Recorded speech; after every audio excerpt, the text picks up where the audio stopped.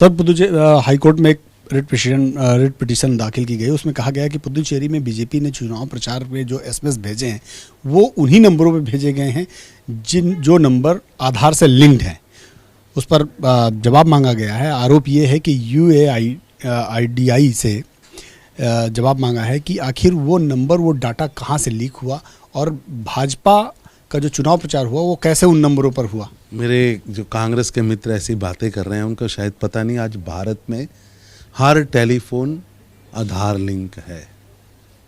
आप हार रहे हो, आपका कोई एसएमएस लेने को तैयार नहीं है, आपसे कोई बातचीत नहीं करना चाहता। हमें कैंपेन करना है, हमें जनता तक जाना है, हमारे पास बताने को बहुत कुछ है, हम बता रहे हैं। तो आधार लिंक तो अब इस देश में अंदर मोबाइल लेना है तो आधार लिंक ही है। तो ये बौखलाहट है, घबराहट है हार की, जिसको वो अपने शब्दों में कैसे भी परोएं, लेकिन निश्चित हार होने वाली है। तरुण जी, नंदीग्राम का चुनाव तो हो गया, लेकिन अब टीएमसी का कहना है कि टीएमसी प्रधानमंत्री नरेंद्र मोदी को अगले चुनाव में बनारस में घेरेगी। देखिए, अभी 2 मई तो आने दीजिए उनको। ये 2 मई आते तक वो अमेरिका में भी चुनाव लड़ने जाएंगी, तो उनको लड़ने दीजिए, कोई दिक्कत नहीं है, कोई रोक नहीं रहा है। देश के अंदर स्वतंत्रता है।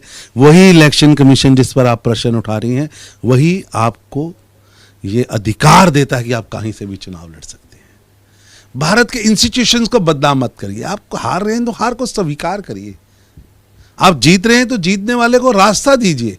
यही भारत के लोकतंत्र की प्रक्रिया रही है, यही भारत के लोकतंत्र का इतिहास रहा है। लेकिन जिसने 10 साल मुख्यमंत्री बनाया, जिसने देश का रेल मंत्री बनाया, उस चुनाव आयोग पर आप उंगली कर रहे हैं क्योंकि आप हार रहे हैं। ममता बनर्जी ने चुनाव आयोग को चिट्ठी भी लिखी है कि जिस समय नंदीग्राम में चुनाव हो रहा था उस समय प्रधानमंत्री नरेंद्र मोदी दूसरी जगह पे सभा कर रहे थे और नंदीग्राम का जिक्र कर रहे थे। 5 दर्जन पत्र लिखे और ये पत्रों की गिनती बता रही है कि कितनी सीटें आने वाली है। अरे, आपको दूसरी जगह पर प्रचार करने का अधिकार है। सभा परमिशन से हुई है, इलेक्शन कमीशन ने उसकी परमिशन दी है। इसका मतलब देश के अंदर किसी चरण में चुनाव हो रहा है तो दूसरे चरण में जा ही नहीं सकता कोई व्यक्ति। ममता जी, हार को स्वीकार करिए। 2 मई में अभी कुछ ही दिन बचे हैं। इस घबराहट को, इस बौखलाहट को जिस तरह से आपने लिया है, जिन शब्दों का आपने प्रयोग करना शुरू किया, जिस तरह की नैतिक गिरावट आपकी भाषा में आई है, निश्चित रूप से 2 डिजिट से आगे नहीं बढ़ने वाली है टीएमसी।